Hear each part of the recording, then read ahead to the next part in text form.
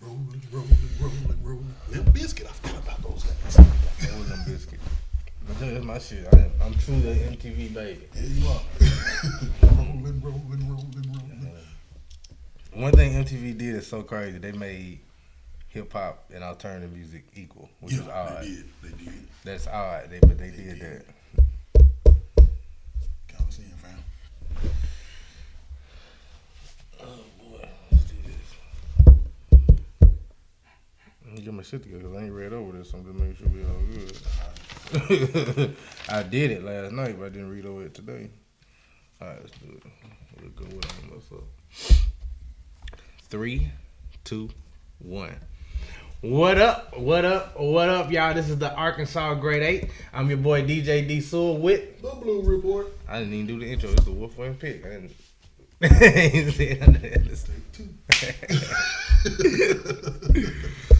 3, 2, 1.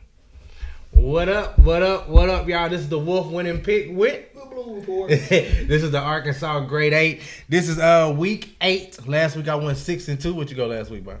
Same thing. Y'all, every week we give you a breakdown of the top 8 Arkansas high school football games. We're going to go ahead and jump into this thing. And don't forget, make sure to like, share, comment. And if it's any game that you want us to break down, put it in the comments. Yes. And me and Byron will give you our expert opinion on it. Let's go ahead and get started, y'all. We got Fort Smith Northside at North Little Rock. 2-5 Northside hasn't won a conference game. Their 2 wins were against struggling Heritage and Van Buren. So they got some questionable wins out here, y'all. North Little Rock has had a disappointing season so far. They are 4-3, and they lost 41-21 to Catholic last week.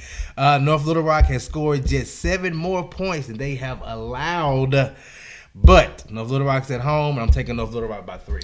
Drayton Norwood, 4-star prospect at Fort Smith, being looked at by numerous colleges over the country, all around the country, including Arkansas, Oklahoma. His cousins at Oklahoma also. Trey Norwood, Alabama, LSU. A lot of big time colleges looking for him. Young man's 31 rushes, 216 yards, 7 touchdowns on the season. 7 yards per carry, 5 touchdowns on the season. You get some late breaking info? What's going on?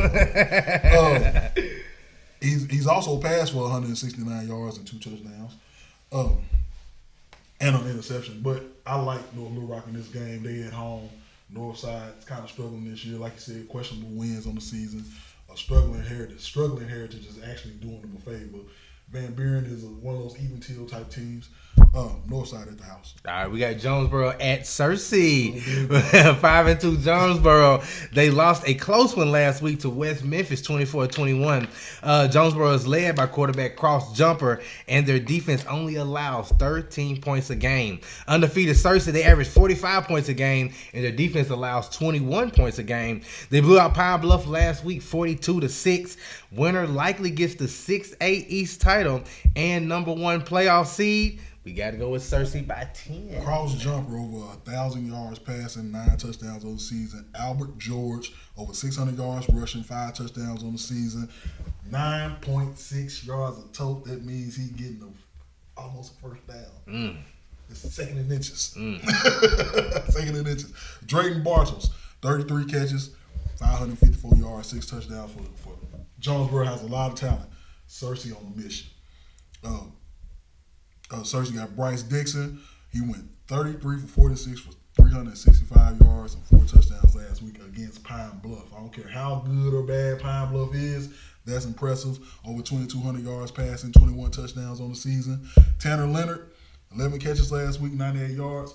I'm going with the Searcy Lions at home. Shouts out to my boy Mike Edwards. He said this is the big one. If you're down there close to White County, go check it out. It's going to be packed. All right. We got 7-0 Lake Hamilton at 5-2 Sheridan. Lake Hamilton runs for over 350 yards weekly and earns almost 8 yards a carry.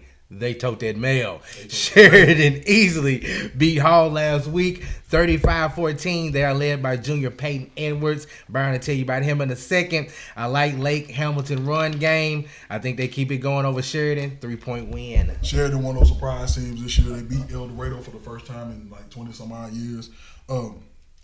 Peyton Edwards over 65 yards last week, 3 touchdowns against Hall, light work. Owen Miller over 1,000 yards rushing this year, 15 touchdowns. Tevin Woodley for Lake Hamilton, over 800 yards rushing this year, 17 touchdowns.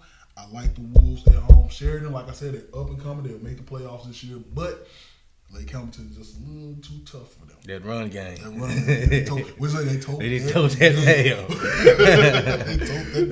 We got Marlton at Bologna, 2-4-3 teams. This game is for playoff position, and Bologna will rely on their efficient quarterback and tough running back. Brian will tell you about them in a second. Motown is led by Jacoby Criswell, and last week they mercy ruled Huntsville 45-6.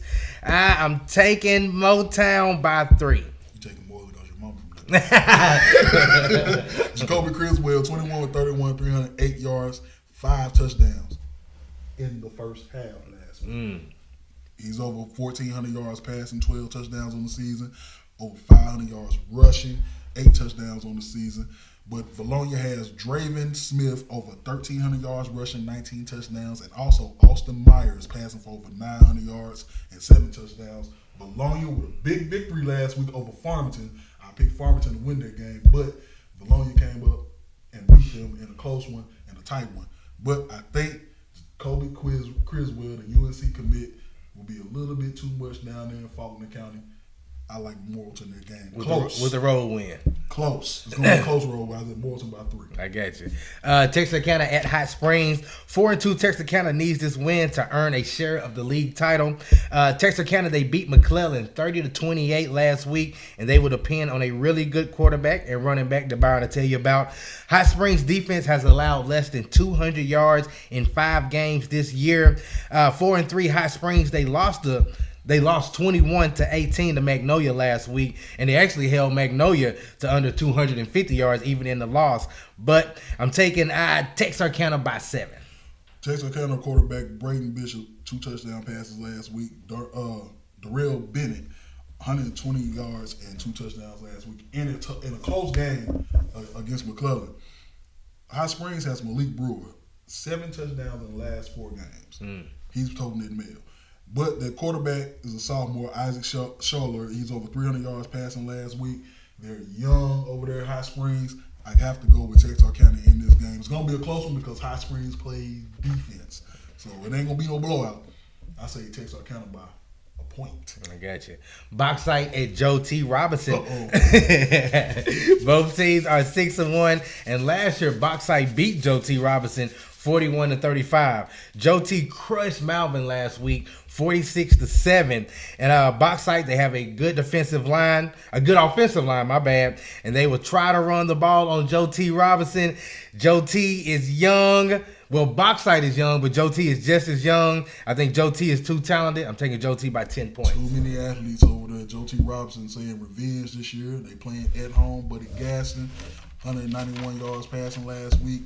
He's over 1,400 yards for the season with 18 touchdowns. Hunter Smith, rack daddy on the year and 10 touchdowns. Bauxite, Connor Stacy, steady Eddie, 800 yards passing, over 500 yards rushing, 10 touchdowns rushing, 5 touchdowns passing. Bauxite is going to come into the beat of their schedule. Joe T, Nashville, Arkadelphia. That's their schedule. We're going to see what they made of now. See what you made of. and believe it or not, they're leading the conference. We're going to see after these next 3 weeks. I got Joe T. Robinson in a rout. Okay. Route. Greenland at Cedarville. 6-1 Cedarville waxed West Fork 35-14 last week. Greenland needs to steal this win to keep its playoff hopes alive. Cedarville 2 running backs. Going to be too much. Brian will tell you about them in just a second. I'm taking Cedarville by 3. Cedarville, Kelly Mitchell and Daryl Catch, both of them over 1,000 yards rushing. Them 2 running backs I was talking. Both of them. Yeah, that's kind of what I was However, all right. I'm going with the Greenland Pirates in the upset. Really? Yes. Really? Greenland Pirates. On the road, upset. I think Zayden going to show up. You know what I'm saying? Keep them playoff hopes alive. Ain't nothing wrong with that. Last, but definitely not least. 3 big ones this week. 3 big ones. There's some big ones this week. Woo! Throw dice. at Number 2. Junction City. Number 1. Fordyce is undefeated, and they have beaten the number 1 and number 2 teams in 3A. Junction City is 6-1, and they have won 19 straight home games, and this game happens to be at home. A battle of Junction City's high IQ, fast defense against Fordyce's explosive offense. This is probably a preview of the state championship game. Taking Fordyce by 1. Taking the dice. Fordyce, Jaheim Brown, 65% passing on the year. Over 900 yards, 13 touchdowns, only 2, counting 2 picks. Jaquez Cross, 537 yards receiving, 8 touchdown catches. Junction City, Brody Hutchinson, over 900 yards passing, 11 touchdowns, 2, counting 2 interceptions on the year. Kyron Cook, 9.4 yards a carry. Erlandis Frazier,